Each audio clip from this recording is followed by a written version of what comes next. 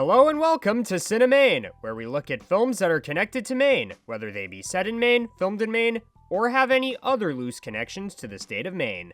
And today we are looking at the 2002 sci-fi noir thriller Minority Report, based on the novella by Philip K. Dick and directed by Steven Spielberg, who also co-produced the film with star Tom Cruise through both of their respective production companies. Set in 2054, the US government has a police program in DC known as pre-crime, which specializes in arresting and imprisoning people for committing future homicides. Pre-crime determines who to arrest by using 3 clairvoyants known as precogs, who keep having psychic visions detailing future murders set to occur. They're hooked up to a machine 24/7, and the police officers look through footage of the precogs' visions, using the information from said visions to stop the murders from happening. However, when pre-crime member and devoted supporter, John Anderton, becomes the subject of one of the precogs' visions, leading other members of pre-crime to believe that he's going to murder someone, he finds himself on the run for a crime he not only hasn't committed, but also becomes desperate to stop the murder that the precogs predicted from coming true.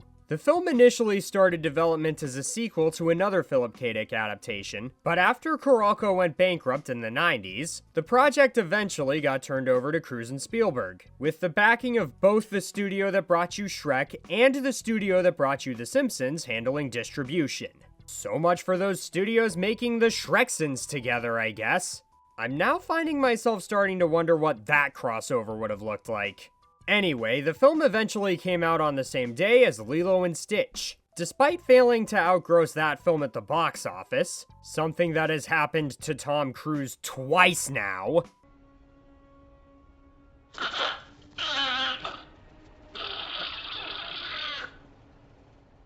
the film was still a smash hit both locally and especially internationally, where it became the 10th highest grossing film of the year. The film also got rave reviews from critics and audiences alike, and even received an Oscar nomination for Best Sound Editing, as well as the most Saturn nominations at the Saturn Awards that year, along with winning for Best Sci-Fi Film and Best Director, among many others. Its success led to a video game, a Futurama episode spoofing the film about a decade later, a short-lived TV show on Fox, and was apparently adapted for the stage in London last year?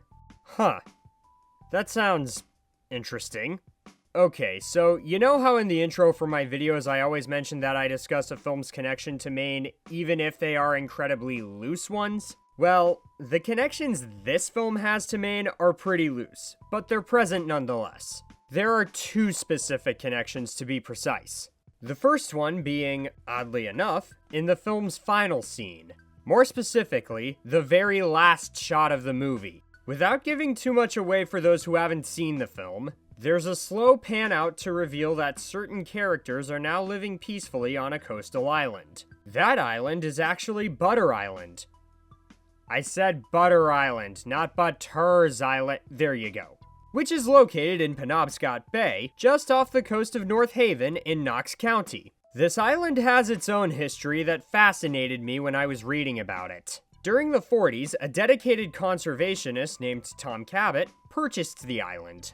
Following his purchase, the island was initially open to the public for a long time, but just a few years before this film began filming, the Cabot family decided to close the island off from the general public in an effort to more effectively maintain the island's natural biome after the island became victim to over-touristing. I bring this up because I find it ironic that Spielberg and his crew were allowed to film anything here given the strict regulations that the Cabots put in place. Then again, I am aware that Spielberg has a reputation for being very easygoing professionally, so my guess is he was very compliant with them.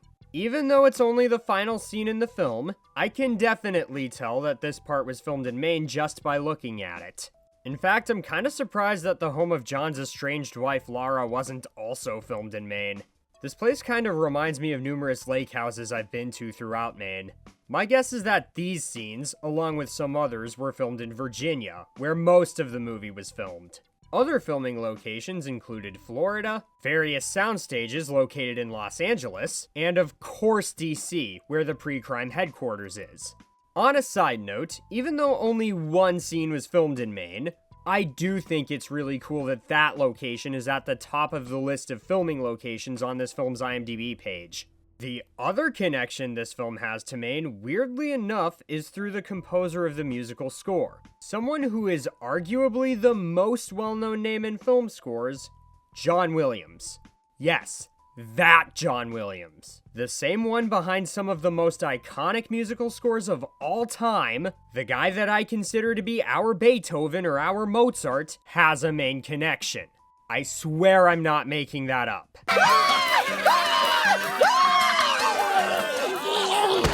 Though Williams primarily grew up in New York, he apparently did spend plenty of summers in Bangor during his childhood, on account of the fact that his grandparents on his father's side apparently ran a department store there.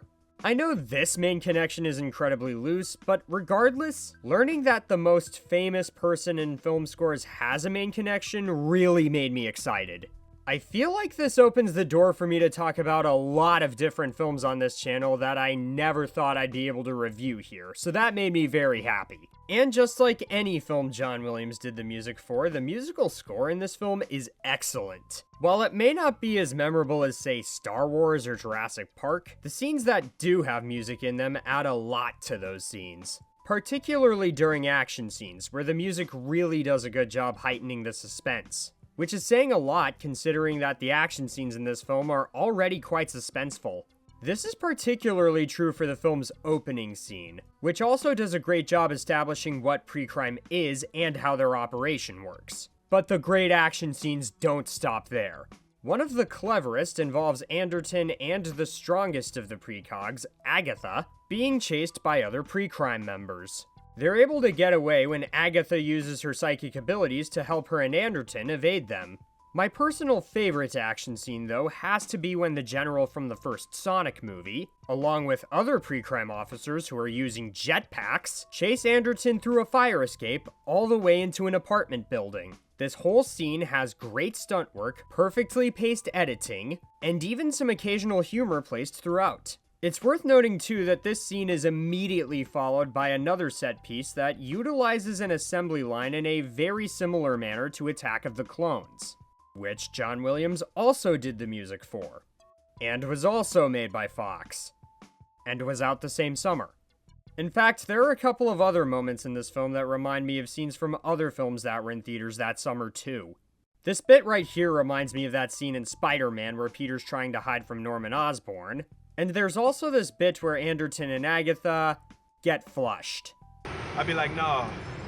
While I'm sure these similarities are just major coincidences, the similarities to other films based off of Philip K. Dick's works feel more intentional. There are a couple of times where you can feel a Blade Runner influence, such as this nighttime scene where it's raining heavily, along with this scene where Anderton walks into a building with a lot of holographic ads. This place is kinda like if Blade Runner had been designed by Meta. Speaking of ads, the commercial for pre-crime that plays early on in the film definitely makes it apparent to me that this was initially going to be a sequel to Total Recall. It's kinda hard to unsee that since this has shades of the ad for Recall. But this film's cinematic influences go beyond those adapted from Dick's works.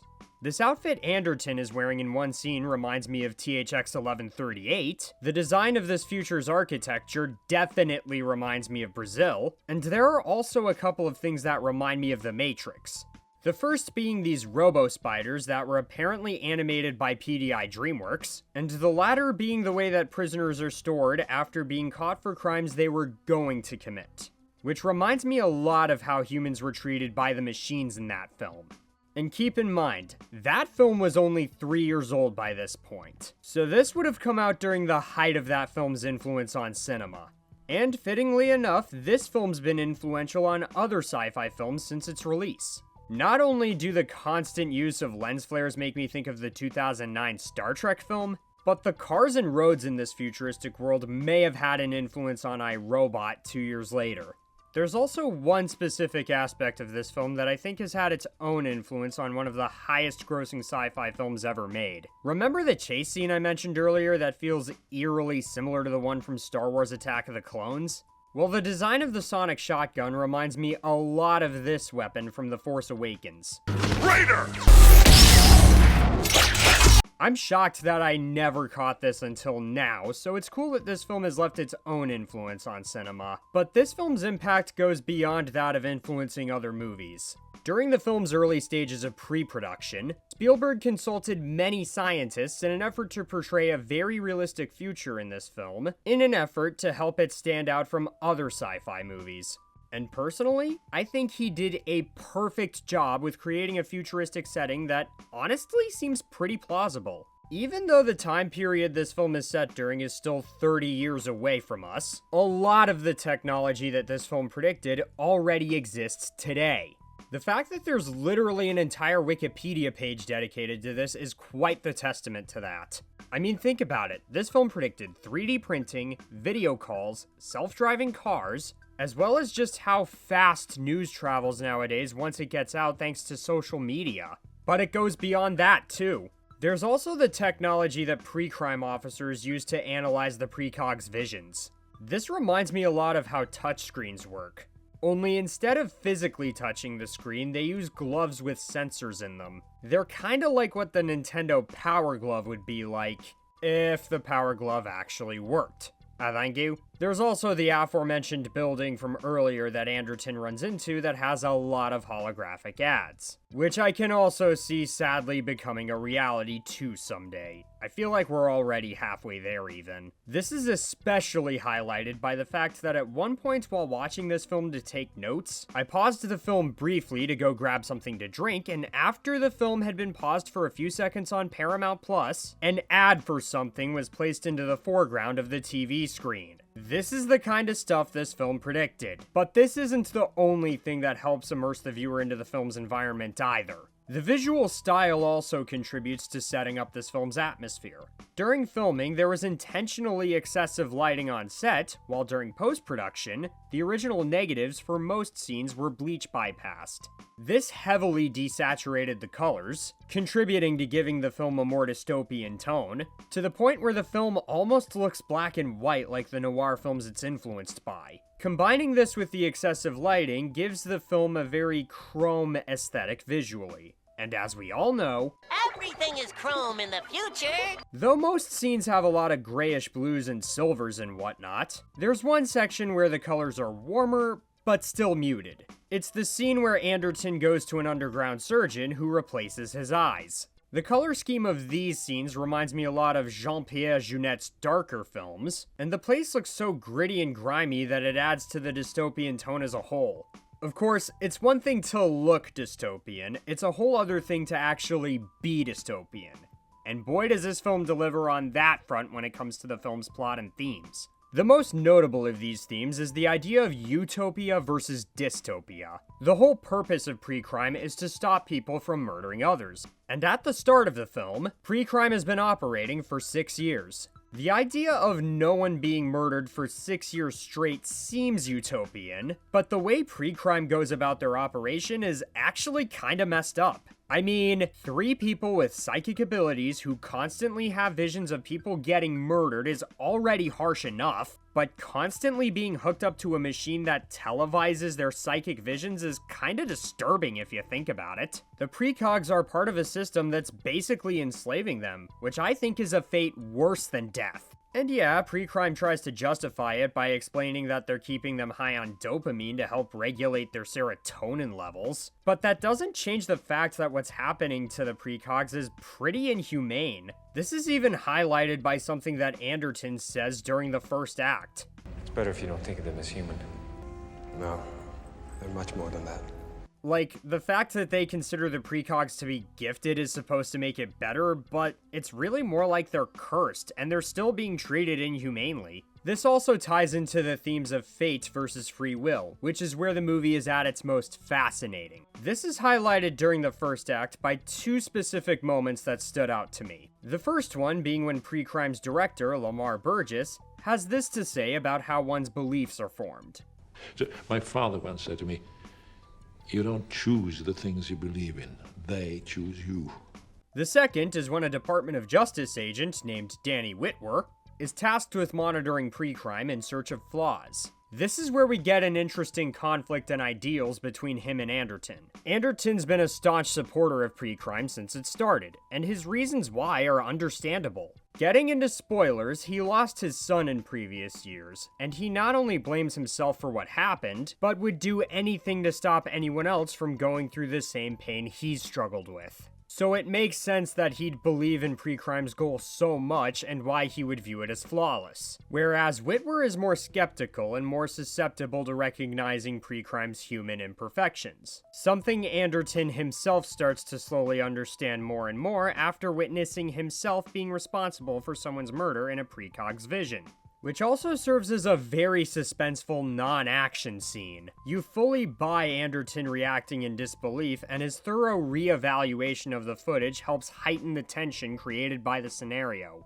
This also starts a great turning point for Anderton, as when he's on the run, he runs into the scientist whose genetic research helped lead to the creation of pre-crime, who really highlights just how much of a curse it must be for the precogs to have such horrific visions. This connects the theme of fate versus free will with the greater good versus the well-being of an individual. The film itself is like a Greek tragedy, as Anderton becomes so determined to stop his own prophecy from coming true that the more he fights it, the closer he gets to causing said prophecy to be fulfilled. And yet, after a while, you start to sympathize with him more and more. Though, spoiler alert again, I like that he ultimately chooses to try not to fulfill the prophecy and instead tries to arrest the guy. Though I would have sympathized either way, this does help his character arc feel more believable, even if this unfortunately turns out to be part of a setup. Which leads me to some nitpicks. One being with the precogs themselves. That is to say, the only one of these three characters I actually remembered was Agatha. The movie makes it pretty clear that out of all three of them, she's the most psychically strong. So much so that the other two precogs feel kinda unnecessary and like they're just there to be plot devices. Pretty forgettable. The other nitpick being, weirdly enough, the scene where we learn that John Anderton is a grieving father. He comes home from work one rainy night and turns on an old home movie of him and his son Sean having fun. This scene kinda makes him look like the least convincing grieving parent I've ever seen in a movie. Granted, he did stop to buy drugs from the guy from that Alice in Chains video, so I guess the idea is that he's high on drugs that are meant to suppress his emotions, but look at this. He's smiling and quoting his own lines from the home movie. I feel like this scene would have been more effective if he was either watching in complete silence or was quoting his own lines quietly enough to make it seem like he's dead inside. I could just be nitpicking though, to be honest, as there are plenty of scenes in the rest of the film where both Anderton's grief and his estranged wife Laura's grief are 100% believable. Overall, I think this is a really good sci-fi thriller. I will admit that there are one or two minor things here and there that were a bit harder to take seriously than I'd remembered. But despite those things, the film remains just as brilliant today as it was 23 years ago. In some ways, it's even more relevant now than it was back then. I guess if you're not into dystopian sci-fi thrillers or films with complex plot lines, then this film is more than likely not for you. But if you're a fan of films that blend genres together, such as sci-fi and noir in this case, or are also a big fan of Steven Spielberg's films, or you just love a good action thriller that has a lot of thought-provoking ideas in it, then I highly recommend checking this one out so that you can see for yourself why everybody runs. If you enjoyed this video, be sure to like and subscribe, and also be sure to check out CineMaine's website and be on the lookout for future CineMaine content.